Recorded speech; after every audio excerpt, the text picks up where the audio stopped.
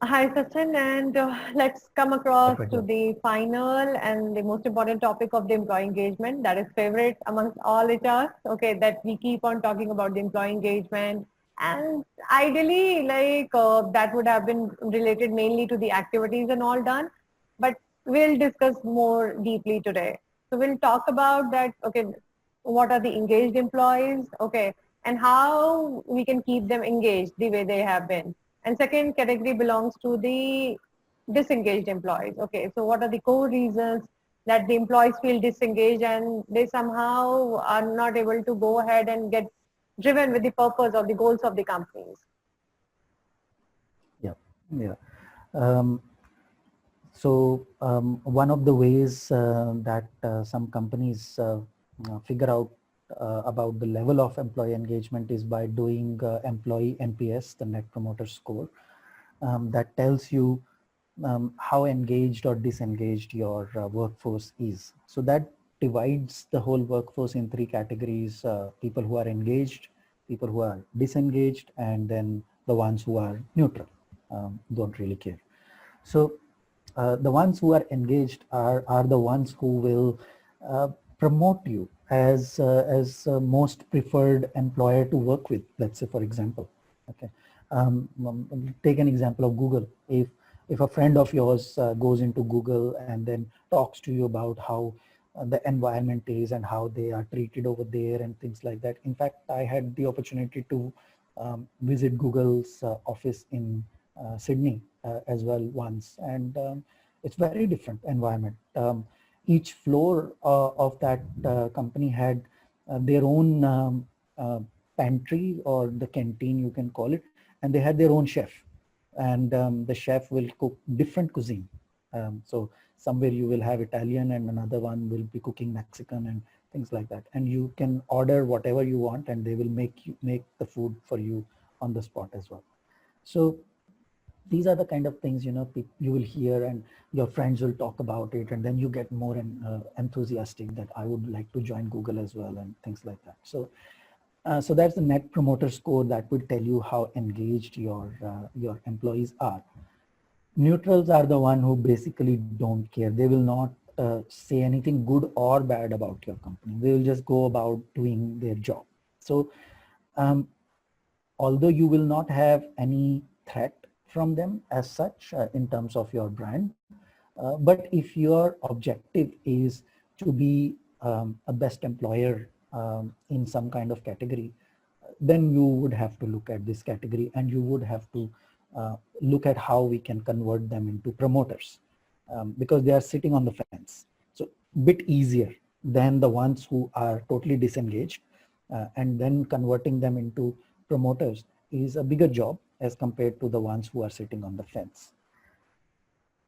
Now, question is why people get disengaged or why they become neutral. Um, we have heard this is not an unknown thing, that when a person leaves the company, they don't leave the company, they leave their manager. This is a very well known fact that we all know. Um, I would add to that it is not only just the manager, but actually the environment, the culture of the company that drives people out. Um, Very important that we look into this factor. This core factor is when we already know this plenty of research has been done, plenty of stats are available on this, that people don't leave job, they leave their manager. Now, what to do about it? Where is the problem in this? So when we talk about employee engagement, the first and foremost thing that we have to understand is everybody wants to grow and contribute. This is our core need as a human being. This is our core need to grow and contribute. Employee engagement is not only about building bond between two people, doing birthday parties, or getting people along and taking them for picnic or doing some kind of recreational activities and all that. Very important. I'm not denying the importance of these things. They bring people together and all that. Very important to have that. But at the same time, I need to have the sense of growth and contribution as well. So having a Google office where I have chef on every level and all that is very nice. Okay, will be nice for some time. Okay? But if I'm going there and I have nothing to grow and contribute, after a while that also is not going to make me or entice me to stay there for too long. That novelty will run out after a while. So these facilities are there, but they are not the ones that will keep you hanging on to. So what helps me to come is when I come to the company and I know that I'm doing something very important. I'm growing myself and I'm contributing to the company, and through the company maybe I'm contributing on a larger scale as well. If I can see that, if I can align with that, that engages me. That gives me a sense of worth. That gives me a sense of importance, that I'm doing something very important, something very worthwhile. This doesn't often happen. And we talked about this kind of, we talked a bit on this topic in our induction video as well, that how we align. So I'm not going to talk much about this, that we already talked about it. Here, I just want to say that if that is not done, then employee engagement is what gets suffered, because the person doesn't see what they are doing and how that is growing them and how they are contributing. So that lack of sense is what slowly disengages people. That lack of sense, then things, I will dig deeper into it. Then I will get involved into other ways of finding my purpose in the company, or what I'm doing is important and all that. This is the reason why people then get involved into office politics, because if I'm not given a purpose, then I will dig and I will try to discover my own purpose. I will create my own purpose because I can't live without it. It is something which drives me. And because that is not done by my manager and my leader, then I will take that thing in my own hand without knowing that is what I'm doing. Now I will get involved into office politics. I will do other things, this and that, here and there. Everything is linked. All these aspects that we talk about, attrition, low employee engagement, bullying, harassment, office politics, everything is linked, because I don't know what I'm doing. I don't know how important that is. I have to continuously prove that I am important. And for that, now I have to get involved into politics.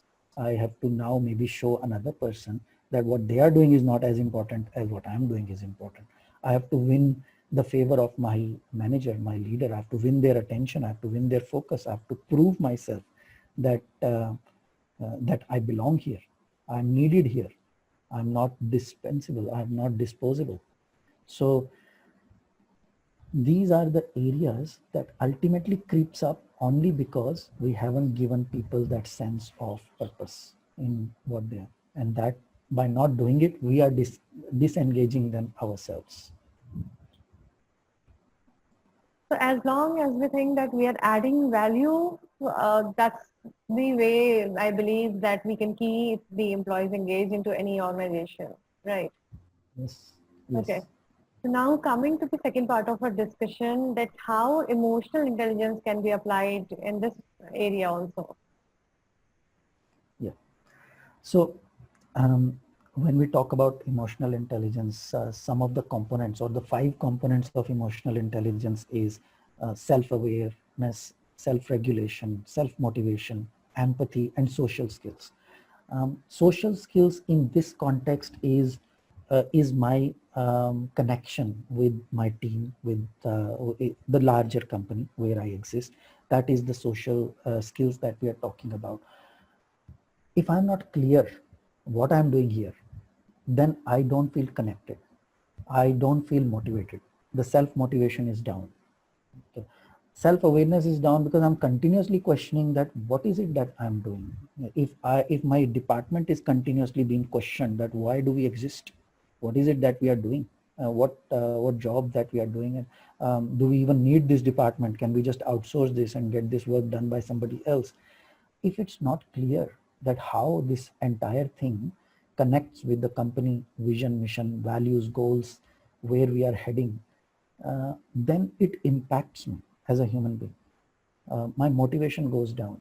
My empathy goes down for others also, because I am feeling worthless. I feel others are also worthless, because it is my tendency to feel good. Um, there are two types of people. One who will feel good by bringing themselves up, others who feel good by bringing others down. So I have to feel good by staying up, no matter this way or that way. Whether I'm bringing someone down or whether I am lifting myself up. In both cases, my objective is I need to be up. So in which way I'm doing it? If I'm feeling worthless, if I don't know what I'm doing over here, um, then I will get involved into unhealthy politics where I will bring others down as well and see the worthlessness in them also. So not only I am impacting my motivation, I am also impacting their motivation. I am impacting the connection that I have with them. I'm impacting the empathy that I should have shown. So the whole environment becomes toxic in nature, just because I don't see worth in what I do. I don't see what is happening. Right, because in terms of the positivity, it might not spread that early, but yes, negativity that creeps like Spreads like anything. wildfire. Right. Yes. So Yes, this is or correct. if someone attacks my self-worth, then I will attack there, I will attack more. So it just becomes a culture in the company itself, that the blame game starts and everything starts because you don't see worth in me, then I don't see worth in you. Mm-hmm. So the blame game starts and everything like that. So this is all again part of emotional intelligence, is how we bring the self-awareness, self-regulation, self-motivation, empathy, all the elements of emotional intelligence. Unless we bring them, we cannot have employee engagement. It's not possible. It's not something that you can just send people on a one-day trip somewhere, do some kind of activities, do some kind of bonding. People who don't see eye to eye with each other, you sending them on a picnic for a day trip, not going to make any difference. Not going to make any difference. People who are, like banding together in the company and hanging out or ganging together in the company, you do a one-day trip outside, the same group will be hanging there also. Okay. Then it will become the job of the manager or the team leader or the HR to break the silos and make people interact with each other, break the gangs, make this person sit with that person, do this activity, all superficial. Okay. It's just two people don't even want to be sitting together. We are just doing it, hoping that they will click and they will start. It doesn't work like that. You cannot. We are adults. We can't just make two people sit together and hope now they are all good. When we go back to the company, they are now bonded. It doesn't work like that. They have to be emotionally connected, and for that, emotional intelligence has to be built, has to be enhanced. Mindfulness has to be enhanced. It starts with each and every individual. It is a group thing that you do. It is a group thing that you do with everyone, but in that group, everyone is working on themselves individually. Right. So thanks for bringing all those things in a beautiful and an amazing conversation.